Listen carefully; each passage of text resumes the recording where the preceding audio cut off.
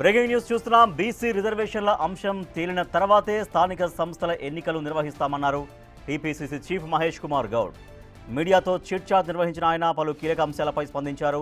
తాను బాధ్యతలు చేపట్టిన ఏడాదిలో ఎక్కడా ఎలాంటి పొరపాటు లేకుండా పనిచేసుకుంటూ వెళ్లానన్నారు. రేవంత్ రెడ్డితో కలిసి మేనిఫెస్టో రూపకల్పన చేసిన విషయాన్ని గుర్తు చేసుకున్నారు. డీసీసీ అధ్యక్షుల ఎంపిక పారదర్శకంగా ఉండాలని ఏఐసీసీ ఈ విషయాన్ని పరిశీలిస్తోందన్నారు. 10 రోజుల్లో కమిటీలన్నింటినీ పూర్తి చేస్తామన్నారు మహేష్ కుమార్ గౌడ్.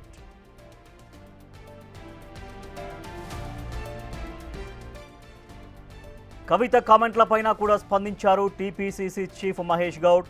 సీఎం రేవంత్ రెడ్డి, హరీష్ రావు ఒకే ఫ్లైట్లో వెళ్లారన్నది అవాస్తవమన్నారు. తాను కవిత చాలాసార్లు ఒకే ఫ్లైట్లో వెళ్లినట్లు చెప్పుకొచ్చారు ఆయన. కాళేశ్వరం వ్యవహారంలో కరప్షన్ జరిగిందని కవిత ఒప్పుకున్నారన్నారు. ఇదే సమయంలో కేసీఆర్ కుటుంబం విడిపోతుందని తాను అనుకోవడం లేదన్నారు.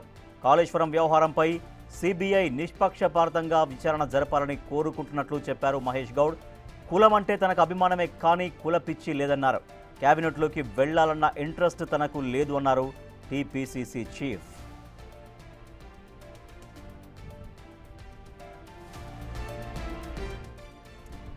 ఇక కోమటిరెడ్డి రాజగోపాల్ రెడ్డి అంశాన్ని ఏఐసీసీ పరిశీలిస్తోంది అన్నారు. అయితే ఆయన విషయంలో కొంత కన్ఫ్యూజన్ ఉన్నమాట వాస్తవమేనని చిట్ చాట్లో అభిప్రాయపడ్డారు. మంత్రి పదవుల విషయంలో జిల్లాను యూనిట్గా చూడలేమని, రాష్ట్రాన్ని యూనిట్గా చూస్తారన్నారు. కోమటిరెడ్డి సోదరులు ఇద్దరు ముక్కుసూటిగా మాట్లాడతారని చెప్పుకొచ్చారు టీపీసీసీ చీఫ్. గ్రాడ్యుయేట్ ఎమ్మెల్సీ ఎన్నికల్లో బండి సంజయ్ ఓటర్లను మాయ చేశారని ఆరోపించారు. ఇక దేశం మొత్తం యూరియా కొరత ఉందని, ఇందుకు కేంద్రానిదే నైతిక బాధ్యత అన్నారు మహేష్ కుమార్ గౌడ్.